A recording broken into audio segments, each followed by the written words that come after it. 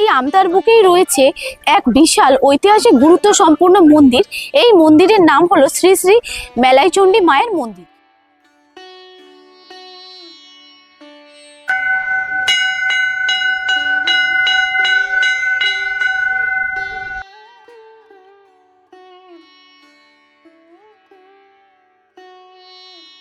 দুরকম অর্থে ব্যবহৃত হয়। এটি প্রথমত আমরা ধরি শক্তিপীঠ হিসাবে এবং দ্বিতীয়ত আমরা এটিকে ভ্রমরী শক্তিপীঠ হিসাবেও মানি। কথিত আছে আমাদের সতীর দেহত্যাগের পর সতীর বাম জংহার মালাইচাকি অসমের খাসিয়া এবং দেওয়ালের মধ্যে তোমরা দেখতে পাচ্ছ নারায়ণের 10 অবতার, তার নিচে আছে পার্বতী শিব উপাসনা। মেন গেট থেকে ঢুকেই তোমরা দেখতে পাবে এই ধরনের সুন্দর একটা নাট মন্দির। হ্যালো বন্ধুরা, welcome back to my channel. আজকে আমি জ্যোৎস্না তোমাদের নিয়ে চলে এসেছি হাওড়া জেলার উলবেড়িয়া মহকুমার অন্তর্গত এক বধিষ্ণু জনপদ আমতায়। এই আমতার বুকেই রয়েছে এক ঐতিহাসিক গুরুত্ব সম্পন্ন মন্দির, যেই মন্দিরের নাম হলো শ্রী শ্রী মেলাইচণ্ডী মায়ের মন্দির। তো বন্ধুরা আমার সঙ্গে থাকো, পুরো ভিডিওটা তোমরা দেখো। আশা করছি মায়ের দর্শন করে ভক্তিতে তোমাদের মন ভরে যাবে।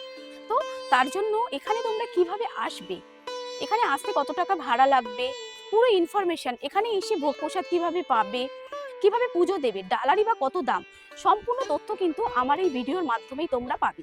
তার জন্য আমি তোমাদের কাছে অনুরোধ করছি, ভিডিওটা স্ক্রিপ্ট না করে পুরো ভিডিওটা সঙ্গে থাকো আর দেখতে থাকো। তো বন্ধুরা, আমরা বাড়ি থেকে বেরিয়ে পড়েছি মা মেলাইচণ্ডীর মন্দিরে যাওয়ার উদ্দেশ্যে। তো তোমরা তো সবাই জানো যে আমাদের 2 হুইলার চুটিফুটি নিয়ে কিন্তু আমরা মন্দিরে যাব। তোমরা যদি এই মন্দিরে আসতে চাও তাহলে এখানে 2 রকমভাবে তোমরা আসতে পারো। এক হলো হাওড়া থেকে বাস ধরে, আর আরেক হলো হাওড়া থেকে ট্রেন ধরে। এবার বলি বাসে করে তোমরা কিভাবে যাবে। বাসে করে যেতে হলে হাওড়া সাবওয়ে দিয়ে হাওড়ার দিকে যে বাস স্ট্যান্ড আছে সেখানে গিয়ে মাত্র 34 টাকার বিনিময়ে তোমরা বাসে করে পৌঁছে যেতে পারো আমতা। E43L3 এই বাসগুলো কিন্তু আমতায় চলে যায়। আর তোমরা যদি ট্রেনে করে যেতে চাও তাহলে 8:40-এ হাওড়া থেকে আমতা লোকাল আছে, ওতে বসে পড়লেই কিন্তু তোমরা 1 ঘন্টা 40 মিনিটে পৌঁছে যাবে আমতায়।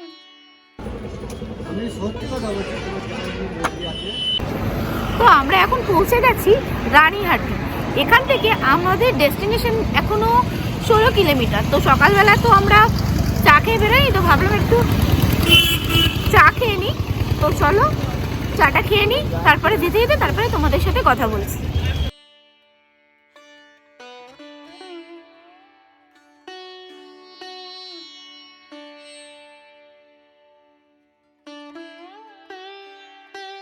আমতা স্টেশন। তো আমতা স্টেশন থেকে বেরিয়ে আমাদের অটো ধরতে হবে। মানে আমরা তো এসেছি 2 হুইলারে, কিন্তু তোমরা যারা আসবে ট্রেনে করে কিংবা বাসে করে তাদেরকে কিন্তু এখান থেকে অটো করতে হবে। তো চলো কত কি ভাড়া আছে এখান থেকে, তো আমরা সেই অটোওয়ালাদের জিজ্ঞেস করে একটু জেনে নিই। বলছি দাদা, আপনারা মালাইচণ্ডী মন্দির যাবেন? মালাইচণ্ডী মন্দির, আমতা মালাইচণ্ডী। আমি জিজ্ঞেস করছি মানে গেলে কত কি ভাড়া একটু যদি বলেন। পার হেড 20 টাকা করে। আচ্ছা, এখান থেকে কতক্ষণ লাগবে যেতে?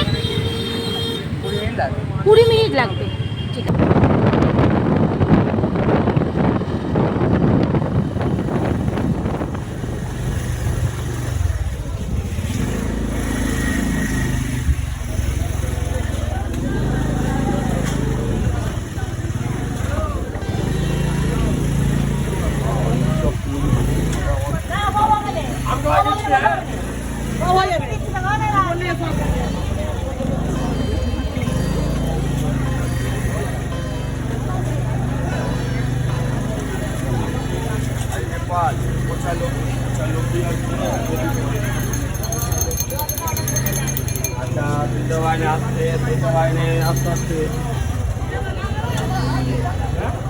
মানে স্কুটি রাখতে কত টাকা? 5 টাকা। আর 4 চাকা 20 টাকা। টাইমের ব্যাপার নেই তো কিছু, মানে 1 ঘন্টা। 4 চাকা নিয়ে আসার কোনো ব্যবস্থা নেই না? কোথাও কোন রাস্তা দিয়ে আসবে? 4 চাকা নিয়ে যদি কেউ আসে তাহলে কোন রাস্তা দিয়ে আসবে? এই গলি দিয়ে চলে আসবে চাচ্ছা? ঢুকে যাবি চাচ্ছি তো? তার মধ্যে আমরা মন্দিরে চলে এসেছি, তোমরা দূর থেকে দেখতেই পাচ্ছ যে ওখানে লেখাই আছে শ্রী শ্রী মালাইচণ্ডী মাতার মন্দির। আর এখানে এই ধরনের দোকান আছে যেখান থেকে তোমরা ডালা কিনতে পারবে। প্রথমে তো আমাদের গুগল ম্যাপসে যাবেন, গিয়ে মা মেলাইচণ্ডী পূজা ভান্ডার গুগল ম্যাপসে আছে, ওখান থেকে আমাদের ফোন নাম্বার দেওয়া আছে দোকানে, কন্ট্যাক্ট করলে। তাও তুমি নিজের ফোন নাম্বারটা এখানে বলে দাও। আচ্ছা, আমার ফোন নাম্বার হচ্ছে 9733379669। এটা আমার ফোন নাম্বার। যদি এখানে আসবে মানে ঢোকের অ্যারেঞ্জমেন্ট থেকে শুরু করে পুরোটা একটু বলো। হ্যাঁ, আমি এই দেখুন, আমাকে কল করলেন যে কতজন আসবেন, এবারে ওনারা যা চার্জেস লাগবে আমি জানিয়ে দেবো, ঠিক আছে? আমি সব ব্যবস্থা করে দেবো, অসুবিধা নেই। পুজোর ডালার ব্যাপারটাও বলে দাও। পুজোর ডালা হচ্ছে আমাদের এখানে সব থেকে ছোট হচ্ছে 50 টাকা। 50 টাকা থেকে শুরু, 70 আছে, 100 আছে, হায়ার ভেরিয়েন্টে আছে, 150 আছে, 200 আছে, 500 আছে, যেমন যার ইচ্ছা উনি নিতে আর পারেন। বিশেষ পুজো কখন হয়? বিশেষ পুজো বলতে আমাদের এখানে বুদ্ধ পূর্ণিমা হচ্ছে বিশেষ পুজো। ওই দিন হচ্ছে আমাদের মন্দির প্রতিষ্ঠিত হয়েছিল, আর সন্ধ্যের দিকে হচ্ছে মেলা হয়, প্রচুর একদম জাঁকজমক ভাবে পুজো হয় যাকে। আচ্ছা, সেটা আমি বলো। এখানে শুনেছি যে 450 বছরের পুরনো মা। হ্যাঁ এটা সত্যি? হ্যাঁ, এটা সত্যি। আচ্ছা, আর মায়ের এখানে আসলে নাকি মানে যা মনস্কামনা করে আসবে সেটা পূর্ণ হয়? হ্যাঁ, আমাদের মা প্রচুর জাগ্রত, ঠিক আছে। প্রচুর জাগ্রত। মানে 51টা সতীপীঠের মধ্যে একটি মা মেলাইচণ্ডী, এই মালাই পড়েছিল, মালাই চাকিটা, এটা হচ্ছে মা মালাই, ওই জন্য নাম হয়েছে মালাইচণ্ডী। তো তোমরা এই দাদার কাছ থেকে পুরো ইনফরমেশনটা পেলে। এইটার দোকানটার নাম হলো মা মালাইচণ্ডী পূজা ভান্ডার। তো তোমরা এখানে কিন্তু ওনার সাথে কন্ট্যাক্ট করলে পুরো সবকিছু, এখানে ভোগ প্রসাদ থেকে শুরু করে তোমাদের পুজোর ডালা উনি পুরো টোটাল অ্যারেঞ্জমেন্ট করে রাখবে। তোমরা শুধু আসবে, পুজো দেবে, মন্দির দর্শন করবে, আর মানে খাওয়া দাওয়া করে আবার রিটার্ন করবে। তো পুরো অ্যারেঞ্জমেন্টটাই উনি করে দেবেন। তো এখানে স্ক্রিনের মধ্যে ওনার নাম্বারটা দেওয়া রইলো, তোমরা যারা এখানে আসতে চাও তারা কিন্তু ওই দাদার সাথে যোগাযোগ করে নিও।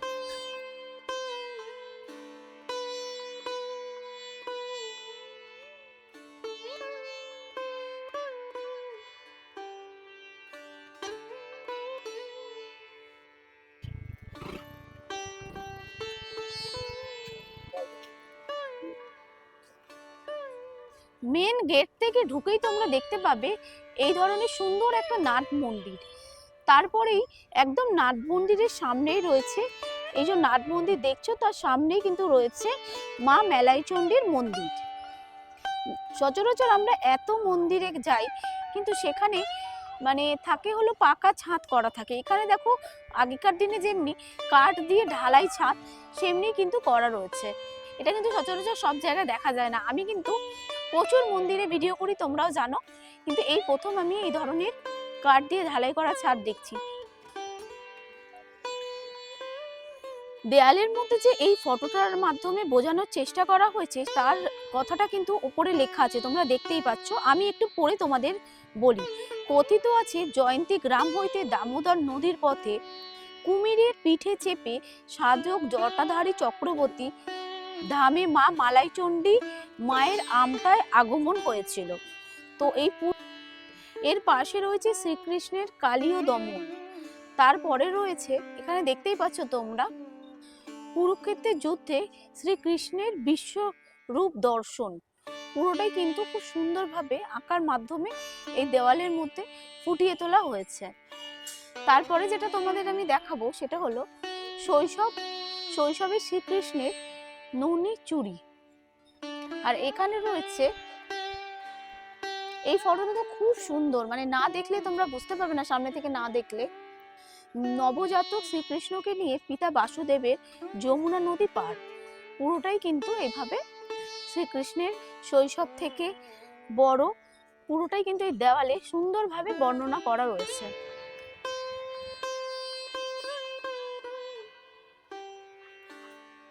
নাট মন্দিরের পাশেই রয়েছে দুর্গেশ্বর মন্দির। দুর্গে দুটো ছোট ছোট নন্দী আর মহাদেবকে দেখো,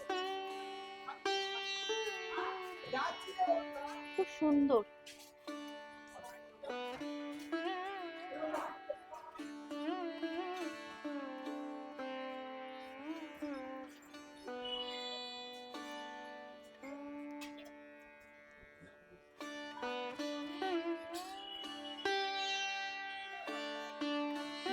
ঠিক পাশেই কিন্তু শ্রী শ্রী রামকৃষ্ণ দেবেরও মন্দির রয়েছে। দেখো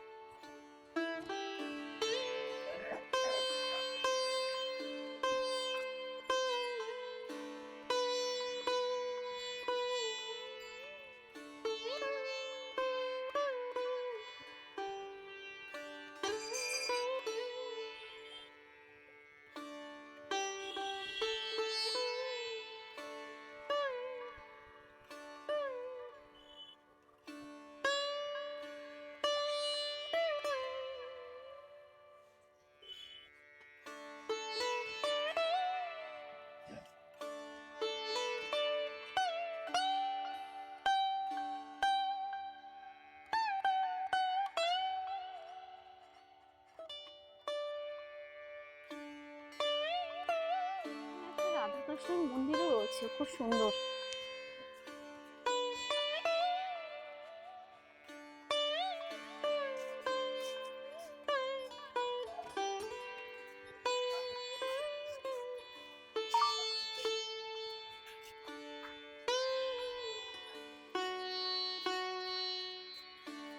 আমি মন্দির কমিটির সদস্য। আপনাদের চ্যানেলকে প্রথমেই নমস্কার এবং নববর্ষের শুভ ধন্যবাদ জানাই। আমাদের এই মন্দিরটি দু রকম অর্থে ব্যবহৃত হয়। এটি প্রথমত আমরা ধরি শক্তিপীঠ হিসাবে এবং দ্বিতীয়ত আমরা এটিকে ভ্রমরী শক্তিপীঠ হিসাবেও মানি। কথিত আছে আমাদের সতীর দেহত্যাগের পর সতীর বাম জঙ্ঘার মালাই চাকি অসমের খাসিয়া এবং জয়ন্তিয়া পাহাড়ে পড়ে। সেখানে বেশ কিছুদিন ধরেই পার্বত্য নদীপথে সেটা দামোদরে এসে মিলিত হয় এবং দামোদরে মিলিত হওয়ার পর আমাদের এখানকার প্রধান সাধক জটাধারী চক্রবর্তী তিনি স্বপ্নাদেশ পান যে মা অনেকদিন ধরেই সেখানে আটকে আছেন এবং তাকে উদ্ধার করে তিনি প্রতিষ্ঠা করেন, আনেন, মাথায় করে আনেন। কিভাবে? এর মাঝে ছোট্ট একটি গল্প আছে। প্রতিদিন তিনি ওই দামোদর নদীপথে এসে আমাদের এখানে বেতাই জয়ন্তী গ্রামে একটি বটবৃক্ষের শেকড়ের কাছে ওই পাথর খণ্ডটি আটকে ছিল। তিনি যখন স্বপ্নাদেশ পেলেন তখন দামোদরের উত্তাল পরিস্থিতি, সেই দামোদর পেরিয়ে যাওয়া তার পক্ষে সম্ভব হতো না। কথিত আছে যে সেই সময় ঠাকুরেরই আদেশে একটা কুমির তাকে প্রতিদিন পারাপার করত, যেগুলো আপনারা আমাদের এই মন্দির গাত্রে দেখতে পাবেন, প্রাচীর গাত্রে চিত্রতে। এবং সেখানে সেই কুমিরটা প্রতিদিন তাকে নিয়ে যেত এবং নিয়ে আসতো। কিন্তু দিনের পর দিন তার বয়স যখন ভারাক্রান্ত হচ্ছে তখন তিনি মাকে আদেশ করে বলছেন, মা আমি তো আর সম্ভব হচ্ছে না আমাকে তোমায় নিয়ে যাওয়া, পুজো করতে যাওয়া, তুমি এমন একটা কিছু করো যাতে আমি তোমাকে সারাদিন পুজো করতে পারি। তখন বললেন, বেশ, তুই তাহলে আমাকে তোর জায়গায় নিয়ে গিয়ে প্রতিষ্ঠা কর। আপনারা আজ যেখানে দেখছেন এই মন্দির, এটা 1649 সালে এমনকি বেঙ্গল গেজেটিয়ায় আশুতোষ মুখোপাধ্যায় সহ বিভিন্ন মানুষ এখানে এসেছেন, দেখেছেন এবং জেনেছেন। এটা আমাদের হাওড়া জেলার লোকসংস্কৃতি এবং আমাদের হাওড়া সহ সারা পশ্চিমবঙ্গে এই 51 সতীপীঠের মধ্যে একটি অন্যতম সতীপীঠ, যা প্রায় 450 বছর ধরে মা পূজিত হচ্ছেন। সেই অবস্থায় ঠাকুর যখন মাথায় করে আনছেন তখন একটা ধামা ধুচুনি করে আনছেন, সেই পাথর তখন একদম শোলায় পরিণত হয়েছে এবং আমতার প্রাচীন যেখানটা সাব রেজিস্ট্রি অফিস ছিল সেখানে রাখা হয়েছিল এবং ময়রারা তখন জমিদার ছিলেন, চরিত ময়রা, তারা সেখানে কিছুদিন রাখার জন্য একটি চালাঘর করে দিয়েছিলেন। সেই চালাঘরে বেশ কিছুদিন থাকার পর বর্ধমান রাজা তার আবু রায় তিনি তখন এই প্রদেশ পরগনা দেখাশোনা করতেন, তার মাধ্যমে এখানে মন্দির প্রতিষ্ঠা হয়। এখানে বৈশাখ মাসের মেলাতে এবং সবাই সেই মেলা তলায় যাব অপভ্রংশে কথাটি মেলাই বলতে বলতে আমাদের এখানে উৎপত্তি হয়। এবং সাধক যখন মূর্তি তৈরি করছেন তখন মায়ের আদেশ ছিল যে আমার যখন মূর্তি তৈরি হবে কেউ যেন না আসে। তাই মানুষের উৎসাহ বসে, কয়েকজন পুরোহিত দরজা খুলে ফেলেন, তাই আমাদের এখানে মা পূজিত হন শুধুমাত্র খণ্ডটি মুখ লাগানো অবস্থায়। এবং আমরা প্রতিদিন এখানে নিত্য ভোগ হয়, বিভিন্ন পূজা অনুষ্ঠান প্রতিদিন পালিত হয়। যেহেতু শক্তি দেবী চণ্ডীর পীঠ, এখানে পাশে আমাদের শ্রীরামকৃষ্ণ মন্দির আছে, দুর্গেশ্বর শিব আছেন এবং নতুন করে সংযোজিত হয়েছে আমাদের এখানে রাধাকৃষ্ণ মন্দির। আপনারা আসুন, আমাদের এখানে মা আপনাদের সকল ভক্তের মনোবাসনা পূর্ণ করেন। আমাদের এখানকার প্রধান সবচেয়ে মায়ের আশীর্বাদ বলতে পারেন সেটা হলো, যেটা মানুষ পুড়ে গেলে সেখানে তেল এবং ঠাকুরের জল পড়া এবং ঠাকুর প্রত্যেক মানুষের মনস্কামনা পূর্ণ করে। ঠিক যেমনভাবে শুরুতে করেছিলেন যখন দেবীর মাহাত্ম্যে সেখানে আপনারা জানবেন যে নৌকাও এখানে বিভিন্নভাবে যাতায়াত করতো, অর্থাৎ আমতা স্পোর্টিং গ্রাউন্ডের পাশে একটা আমতা তখন চলতি বন্দর ছিল এবং এর অর্থনৈতিক গুরুত্ব এবং বুনিয়াদ ছিল। সেখানে রাজা কৃষ্ণচন্দ্র দত্ত তখন হাটখোলার জমিদার, তার নৌকা, যেটা এখন জানবেন আপনারা কুকমি, সেই দত্ত তার নৌকা ডুবি হয় এবং মাকে তিনি বলেন যে আমার এত সর্বনাশ হলো, কী হবে। মা তাকে স্বপ্নাদেশ করেন যে তুই ওই গ্রামে আমার মন্দির প্রতিষ্ঠা করে দে, আমি তোর সব কিছু পূরণ করব। এবং সেই কথন অনুযায়ী আজ 450 বছর পরও আপনারা আমাদের মাধ্যমে, আপনাদের মাধ্যমে যা জানতে পারছেন, শুনছেন, তা আপনারা যদি এখানে এসে উপস্থিত হন এবং দেখেন, তা নিশ্চিতভাবে আপনাদের কাছে একটা রোমহর্ষক পরিস্থিতির সৃষ্টি করবে এবং বাস্তব জীবনে তার প্রতিফলন অনুভূত করবেন। মায়ের আশীর্বাদে আপনারা সবাই সুখে এবং শান্তিতে থাকবেন। নমস্কার।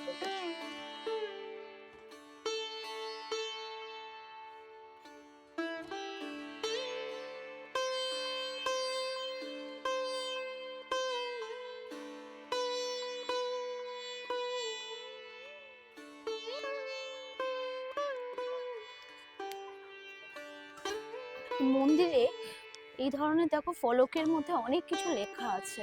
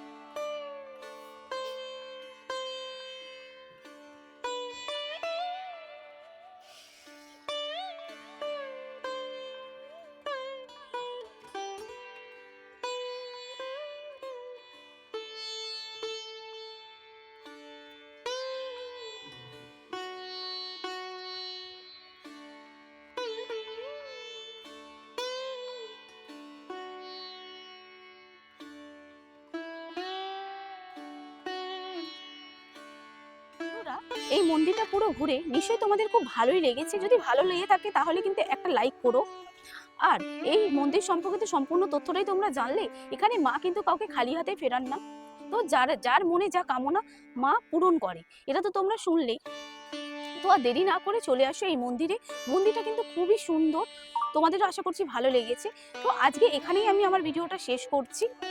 তো আমাকে একটু ভালোবাসা দিও, পাশে থাকা বেল আইকনটা কিন্তু প্রেস করে আমার চ্যানেলটা সাবস্ক্রাইব করে দিও, কারণ এই ধরনের ঐতিহাসিক সম্পূর্ণ মন্দির আমার চ্যানেলে কিন্তু প্রচুর আছে। তো তোমরা কিন্তু আমার ইউটিউব চ্যানেল অজানা শহর আর ফেসবুক চ্যানেল তোমার জ্যোৎস্না সাউয়ের পেজে গিয়ে তোমরা কিন্তু দেখে নিতে পারো। তো আজকের মতো এখানেই টাটা করছি, আবার দেখা হবে অন্য কোনো ভিডিওতে, অন্য কোনো জায়গায়।